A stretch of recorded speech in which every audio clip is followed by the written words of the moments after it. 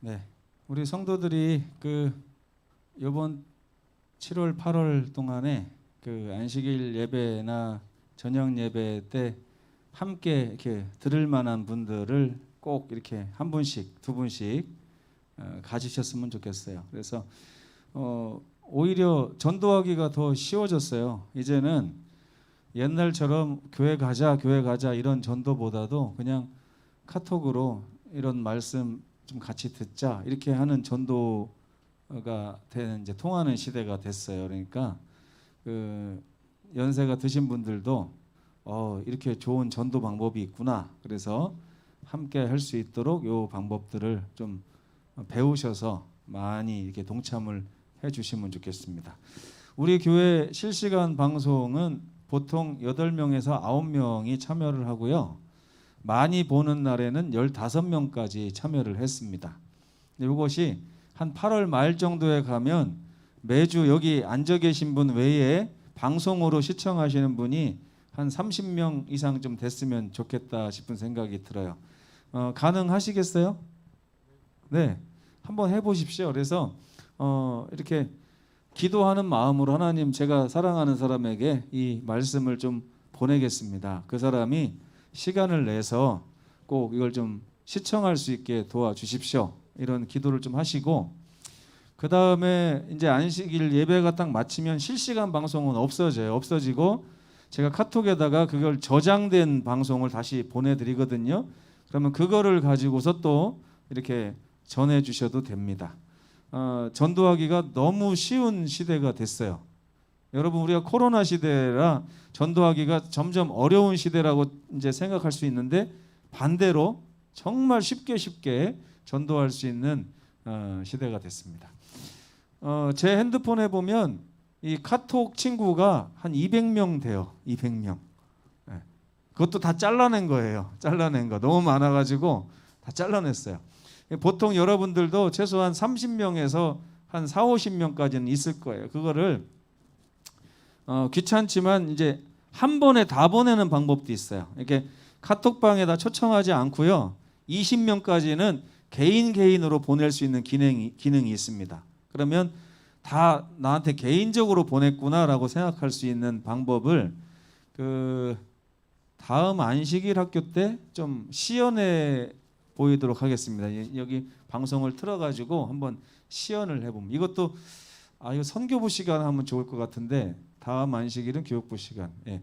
그 다음 주 안식일에 선교부 시간에 그걸 좀 시연해서 우리가 다 함께 좀 배우는 시간을 가졌으면 좋겠습니다. 그래서 여러분, 카톡방에 있는 사람들은 자녀도 좋고 친척도 좋고 동창도 좋고 이웃도 좋고 거래처에 있는 사람도 좋고 이렇게 해서 기도하는 마음으로 보내셔야 돼요. 예. 근데 우리가 전도지를 뿌릴 때도 기도하는 마음으로 뿌리는 거하고 그냥 뿌리는 거랑 다르거든요. 근데 이 카톡 전도도 이렇게 기도하는 마음으로 이렇게 하시면 그 안에 정말 많은 수확이 있을 거라고 생각합니다. 제주도에 안 삽니다. 괜찮아요. 굳이 제주도에 와서 신앙하라고 하나님이 안 그러시니까 내 관계된 모든 사람들에게 이렇게 쉽게 그러니까 많이는 하지 마시고 한 번에 보낼 수 있는 숫자가 20명이에요. 그러니까 20명 정도만 확보해서 한 번에 이렇게 좀 보낼 수 있는 그런 메커니즘을 우리가 좀 갖췄으면 좋겠다 생각이 듭니다. 자, 이번 주에는 제 4과 쉼의 대가, 이 대가가 옛날에는 시옷을 써서 대가 이렇게 해가지고 이해하기가 편했어요. 근데 이게 맞춤법이 바뀌어가지고 대가 그러니까 이렇게 요리의 대가 이렇게 생각이 들잖아요, 그죠? 근데 사실은 이거 읽을 때 대가 이렇게 읽으시면 더 좋아요. 근데 맞춤법이 참 헷갈리게 돼 있습니다. 그래서 제가 가로 열고 비용 이렇게 써놨어요. 그러니까 여러분이 예수께서 제공하시는 참된 쉼을 이렇게 영위하기 위해서는 비용이 발생한다는 거예요. 비용. 네, 비용. 돈 내라는 소리입니까? 돈으로 지불하는 비용이 아니에요. 네. 이거는 어떤 비용이냐면 뭔가 쉼을 얻기 위해서 내 쪽에서 이렇게 해야 되는 그런 단계가 있다는 거예요. 그거를 이번 주에 좀 배우겠습니다. 시편 51편 10절 함께 읽겠습니다. 시작. 하나님이여 내 속에 정한 마음을 창조하시고 내 안에 정직한 영을 새롭게 하소서. 하나님이 하시는 일이 두 가지가 있다고 화요일 날 배웠습니다. 첫 번째는 창조가 있고 두 번째는 새롭게 하시는 일이 있어요. 새롭게 한다는 말은 좋은 말입니까? 네, 근데 사실은 다른 좀 좋은 말은 아니에요. 왜냐하면 낡은 것을 버리고 새로 사는 게 아니고 고쳐 쓰겠다는 얘기거든요. 이게. 그러면 창조는 무슨 말이에요? 창조. 아예 과거의 것은 무시해버리고 새로 만들어낸다 이런 뜻입니다. 그래서 이제 정한 마음을 창조한다는 말은 신제품 출시라고 할 수 있습니다. 신제품 출시. 그리고 내 안에 정직한 영을 새롭게 한다는 말은 재활용이에요. 재활용. 리사이클이라고 할 수가 있겠습니다. 그래서 하나님은 창조하시고 재활용하시고 이 두 가지 일을 하신다는 거예요. 자, 근데 내 속에 정한 마음은 창조를 하십니다. 내 속에는 아예 정한 마음이 생겨날 가능성이 있다고요? 없다고요? 없어요. 이거는 없어. 그러니까 이거는 누구에게만 희망이 있는 거예요? 하나님께서만 하실 수 있는, 그러니까 하나님에게만 우리의 희망이 있다는 얘기입니다. 근데 하나님은 정한 마음까지는 새로 창조해 주실 수 있는데 이 마음을 소유하게 될 이 영, 이 사람은 고쳐 쓰기를 원하십니다. 네. 여러분 자녀가 병들면 내버리고 새로 납니까? 아니면 치료하러 병원에 갑니까? 네? 치료하러 병원에 가요. 그렇죠? 이게 바로 재활용이에요. 재활용. 일종의 재활용. 근데 그 안에 자녀가 심술보가 꽉 찼어요. 심술보가. 동생하고 맨날 싸우고 이웃에게 못되게 굴고 막 이러면 그 마음을 어떻게 해야 돼요? 재활용하기가 힘들어요. 사람은 고쳐 쓰는 거라고요? 고쳐 쓰지 못한다고요? 사람은 고쳐 쓰지 못한다고 그럽니다. 이게 참 영적인 말인데, 그래서 그 마음을 우리는 사실 그냥 새 걸로 교체해 주고 싶은 마음이 있어요. 근데 안 되잖아요. 그죠? 안 돼요. 그래서 하나님은 그 일을 하실 수 있는 분입니다. 그래서 우리가 하나님의 자녀로서 병들었는데 우리를 재활용하시고자 하는 마음이 있어요. 다시 고쳐주시려고. 버리고 새로 창조하겠다가 아니라 고쳐 쓰시겠다는 거예요. 이게 하나님의 사랑이고요. 근데 우리가 아무리 고쳐도 안 되는 거 있어요. 그러니까 그 정한 마음은 하나님이 새롭게 창조를 해주십니다. 창조. 근데 하나님이 우리 마음속에 정한 마음을 창조해 줄 수 있는 그런 방법은 뭐냐면, 우리가 하나님을 마음에 쫙 받아들이고 마음을 열고, 하나님 제 마음에 정한 마음을 창조해 주십시오 하고 하나님께 요청을 하면 하나님이 성령을 보내주셔서 성령이 우리 마음에서 정한 마음을 새롭게 창조해 주십니다. 그래서 침례받고 나면 하나님께서 성령을 선물로 주시는 거예요. 이 성령께서는 우리 마음에 오셔서 우리 마음에 새로운 마음을 자꾸 창조를 해 주십니다. 어떤 마음이요? 예수님을 사랑하고 하나님을 사랑하고 하는 그 마음을 창조해 주십니다. 그러면 정직한 영은 뭐냐? 이 영은 마음이라고 하고도 할 수도 있지만 우리의 모든 이 육신을 이야기합니다. 근데 이제 정직이라고 하는 건 뭐냐? 어제 우리가 배웠어요. 회개를 다른 말로 하면 뭐라고 배웠습니까? 어제 회개를 다른 말로 하면 네? 자아에 대한 부정. 네. 자, 우리가 희망이 있어요? 없어요?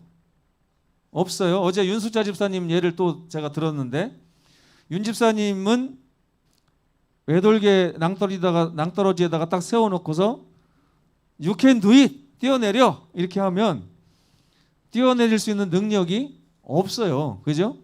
근데 없는데 나 할 수 있어 라고 생각하는 것은 정직한 겁니까? 부정직한 겁니까?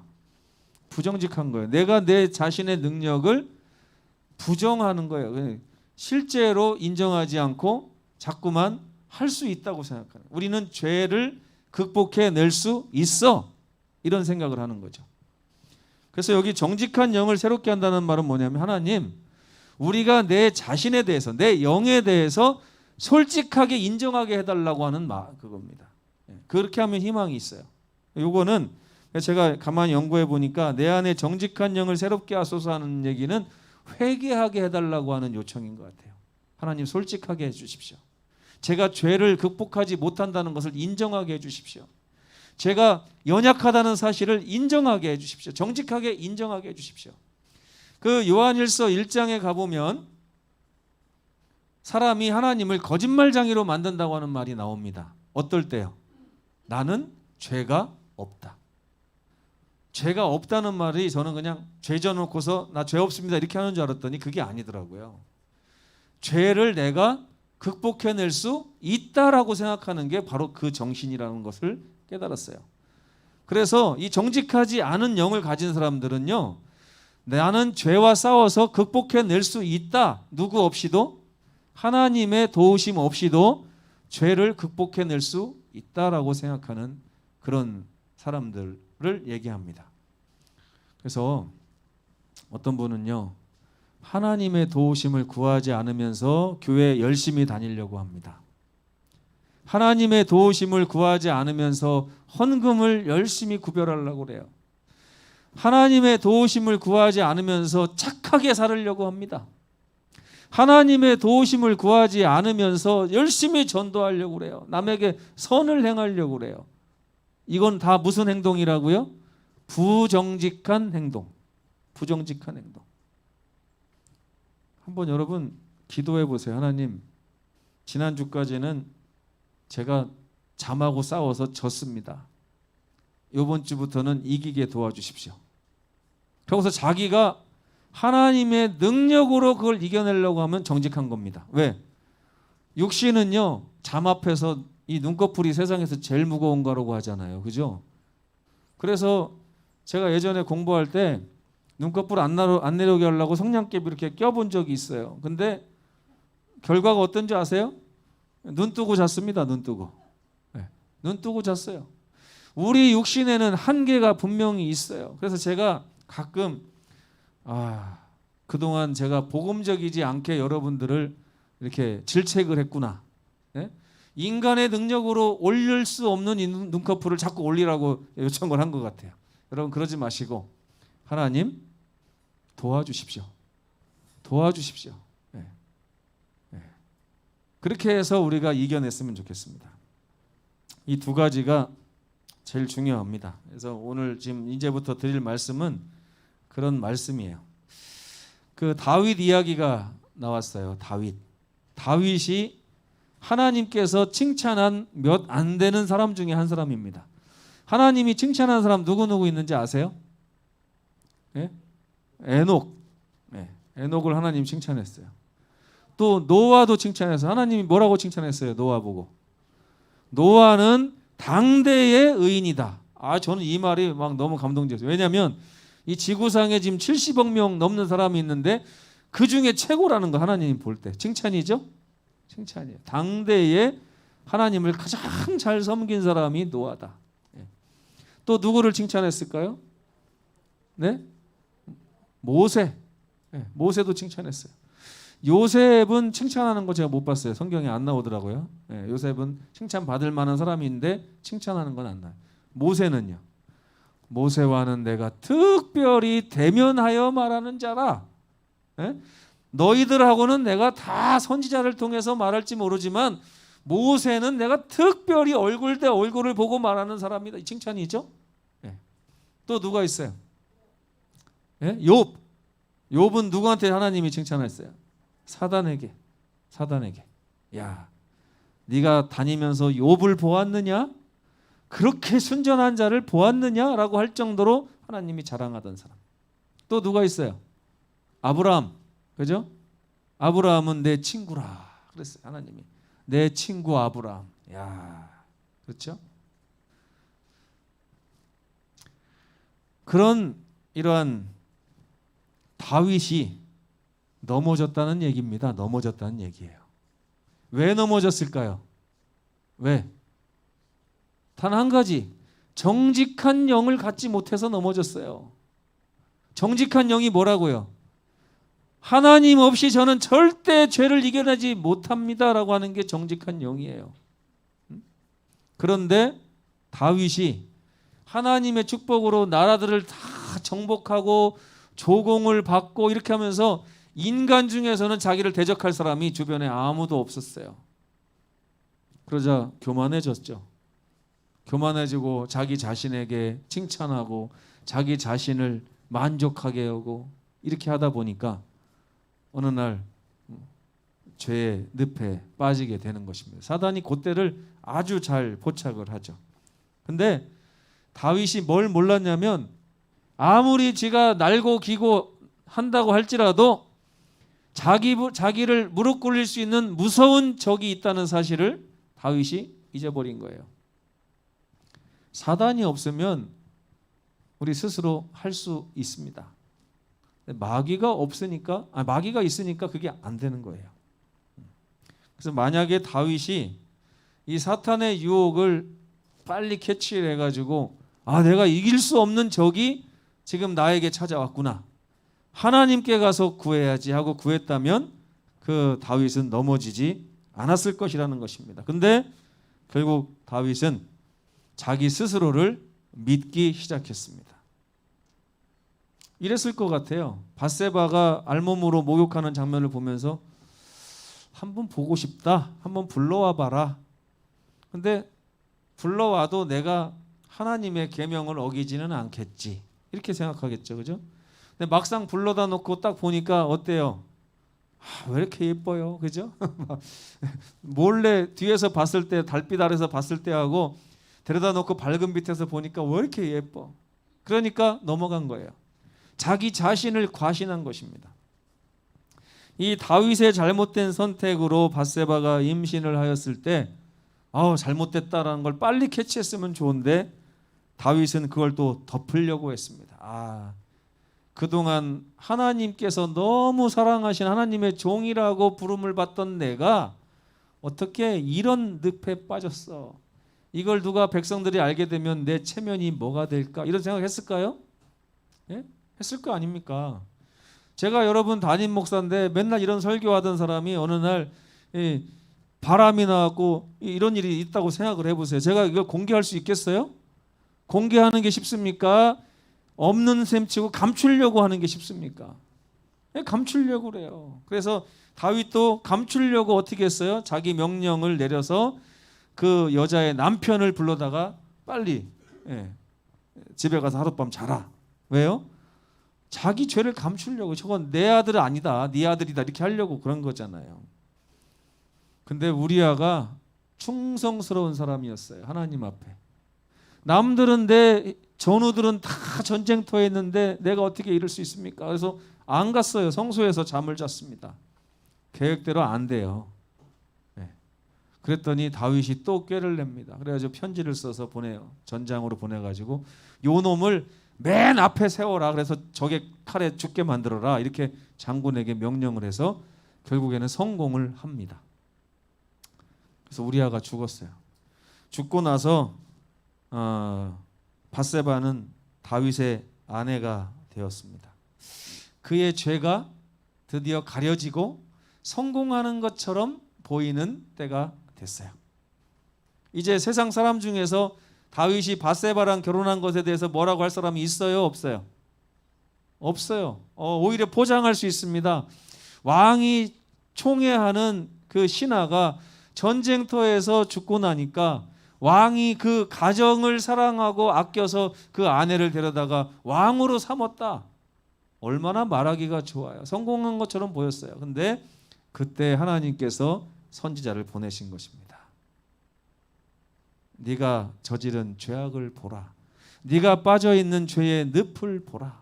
그때 다윗이 자기가 깊게 빠져 있는 죄악의 구렁텅이를 발견하게 됩니다.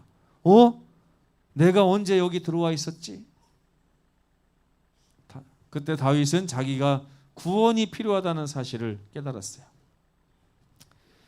다윗의 죄로 인해서 우리아의 가정이 깨졌고 새로 태어난 아이가 죽었고 그의 가정에 혼란이 밀려왔고 그의 인생은 뒤틀리기 시작했습니다. 근데 여러분 이 빨간 글씨를 주목해 보세요. 하나님께서 그의 사자를 보내셔서 그의 현실을 보여주십니다. 너가 지금 있는 곳이 어디냐? 네가 지금 어디에 서 있느냐라고 말할 때 다윗이 하나님의 음성을 깨닫고 아버지 제가 아버지께 죄를 범하고 지금 깊은 죄의 늪에 빠져 있음을 솔직하게 인정합니다. 저는 죄인입니다. 하나님께서 나단을 왜 보내셨을까요? 혼내려고 보내셨을까요? 네? 여러분 누군가의 이런 숨겨진 죄악을 보면 만약에 아까 제가 얘기한 거를 염집사님이 이제 알았어요. 제가 누구랑 다니는 거를 봤어. 보고 나면 저를 구원하러 올까요? 아니면은 저를 고소하러 올까요? 네? 우리는 목사님을 믿었는데 어떻게 이럴 수 있습니까? 그러면서 막 이제 정죄하는 일을 시작할 거 아닙니까? 그런데 하나님이 나단을 보내신 이유는 그의 죄를 가리우기 위해서였어요. 가리우기 위해서. 다윗은 하나님의 음성을 듣고 하나님 앞에 무릎 꿇었습니다. 주께서 보여주신 대로 제가 죄인이 맞습니다. 저의 이 죄의 구렁텅이에서 주께서는 저를 구원하실 수 있습니다. 주의 은혜가 필요함을 제가 인정합니다. 주여 저를 용서해 주시옵소서. 이게 다윗이 하나님께 칭찬받고 내 마음에 합한 자라고 하는 그런 소리를 듣는 비결이었던 것입니다. 여러분 병원에 가는 이유 어제 말씀드렸죠. 병원에 똑같은 병에 걸려도 어떤 사람은 병원에 가고요. 어떤 사람은 병원에 안 갑니다. 병원에 안 가는 사람의 대표적인 사람이 누구냐면 그 침 놓는 분들. 자기 스스로 수지침 배워가지고 막 침 놓고 저 형이 그래요. 수지침을 배워가지고 막 놓고 또 자기가 예언의 신을 많이 읽고 뭐 식생활과 음식물에 관한 권면, 치료 봉사 이런 걸 다 읽어가지고 자기 몸을 자기가 치료하려고 병원에 안 가요. 그러다 보면 나중에 병이 커집니다. 커지고 나면 어떻게 해요? 그때서야 아이고 나 죽네 그러면서 병원에 가는 거예요. 물론 병원이 좋다는 말은 아닙니다. 병원은 치료하는 것이지 치유하지는 못합니다. 진정으로 치유하는 분은 우리 하나님이세요. 여러분 감기약 먹으면 감기가 낫습니까? 절대 안 나서요. 감기약은 우리가 스스로 감기를 이겨낼 수 있도록 통증을 없이 해주고 염증이 안 생겨지게 막고 하는 역할을 하지 우리를 치료하지는 않아요. 병원에서 하는 일이 그겁니다. 그래서 우리는 이 병을 진정으로 치유할 수 있는 우리 주님께 가는 것이 가장 좋은 일입니다. 그래서 이번 주에 우리가 배우는 내용은 쉼에 대한 비용을 배우는 거예요. 우리가 어떤 비용을 지불해야만 쉼을 얻을 수 있는가? 그 비용은 뭡니까? 자부정이에요. 내가 할 수 없다는 것을 인정하고 참된 의사이시자 치료자이신 우리 주님의 손을 붙잡으러 가는 것, 이것을 비용이라고 하는 것입니다. 여러분 내 병은 내가 잘 압니다. 내 몸은 내가 잘 알아요. 이런 말 하지 않으시게 되길 바랍니다. 얼른 의사이신 예수님께 가시면 좋겠어요. 그래서 구원이라고 하는 것은 죄를 극복할 수 없는 인생들에게 죄 문제를 해결해 주시는 하나님의 선물이 바로 구원이에요. 그래서 이 죄를 주님의 은혜로 극복하게 되면 우리는 사망을 이길 수가 있게 되는 것입니다. 예수님은 제자들에게 이렇게 말씀하셨어요. 누구든지 나를 따라오려거든 자기를 부인하고 자아에 대한 부정을 하고 자기 십자가를 지고 나를 따를 것이니라. 자아에 대한 부정이 먼저입니까? 십자가를 지고 따르는 것이 먼저입니까? 자아에 대한 부정이 먼저예요. 이걸 회개라고 합니다. 그래서 십자가를 지고 예수님을 따르는 것은 다음 주에 공부할 겁니다. 순서적으로 이렇게 나와 있어요. 이번 주에는 자아를 부정하는 것. 자아 부정이 뭐라고요? 전 예전에 목사님들이 하도 어렵게 설명을 해가지고 자기를 부인하는 게 뭔가, 부인이 내 부인을 얘기하는 건가 이런 생각까지 했어요. 근데 그 부인이 아니라 내가 죄와 싸워서, 마귀와 싸워서 결코 이길 수 없는 존재라고 하는 사실을 인정하는 것, 이거를 자기를 부인한다고 하는 거예요. 내가 할 수 없다는 거. 나는 외돌개에서 뛰어내리면 반드시 죽는다는 사실을 인정하는 것. 세상 사람들이 거의 이곳에서 넘어집니다. 뛰어내려도 살 줄 알아요. 자기가 죄를 이길 줄 압니다. 그들은 자기를 부인하라는 그리스도의 음성보다 자기를 믿고 율법을 지켜보고 순종해보고 하나님께 나아가보고 하라고 하는 사탄의 음성에 더 귀를 많이 내어놓는 것 같습니다. 참된 쉼을 얻기 위해서 우리는 죄에 대한 문제를 반드시 해결해야 하는데 죄가 우리의 쉼을 가로막고 있기 때문에 그렇습니다. 다윗은 세상을 정복했음에도 더욱 무서운 적이 있음을 잊어버리고 있었습니다. 결국 그는 죄의 늪에 유인됐고 속절없이 그의 포로가 되고만 자신을 발견하게 되었어요. 근데 세상 사람들의 삶이 다 여기서 맞춰질 때가 많습니다. 그러나 다윗은 일어나서 음성을 들려주시는 하나님의 손을 붙잡았다는 것입니다. 하나님의 개입으로 그는 그 쉼을 얻게 됐는데 그는 쉼의 비용을 지불했어요. 자기를 부인했습니다. 내가 온전히 이 늪에서 헤어나올 수 없다는 사실을 인정하고 주님의 손을 붙잡은 것입니다. 이것이 바로 그가 지불한 쉼의 비용이었어요. 다윗은 성경을 보면 쉼을 얻었습니까? 못 얻었습니까? 얻었어요. 물론 그 아이가 살려달라고 하는 하나님께 부르짖은 그 기도는 하나님께서 응답해 주시지 않았지만 결국에는 그것도 응답이었어요. 왜? 다른 축복을 주시고 결국엔 솔로몬을 통해서 하나님이 다윗의 그 모든 삶을 다시 회복시키셨거든요. 그런 걸 보면 여러분, 우리는 하나님께서 우리 삶을 능히 일으키실 수 있는 분이라는 사실을 깊이 신뢰할 필요가 있습니다. 우리 모든 성도들이 이렇게 비용을 지불하고 하나님께서 주시는 참된 쉼을 경험하시게 되기를 간절히 바랍니다. 묵상 기도하시겠습니다.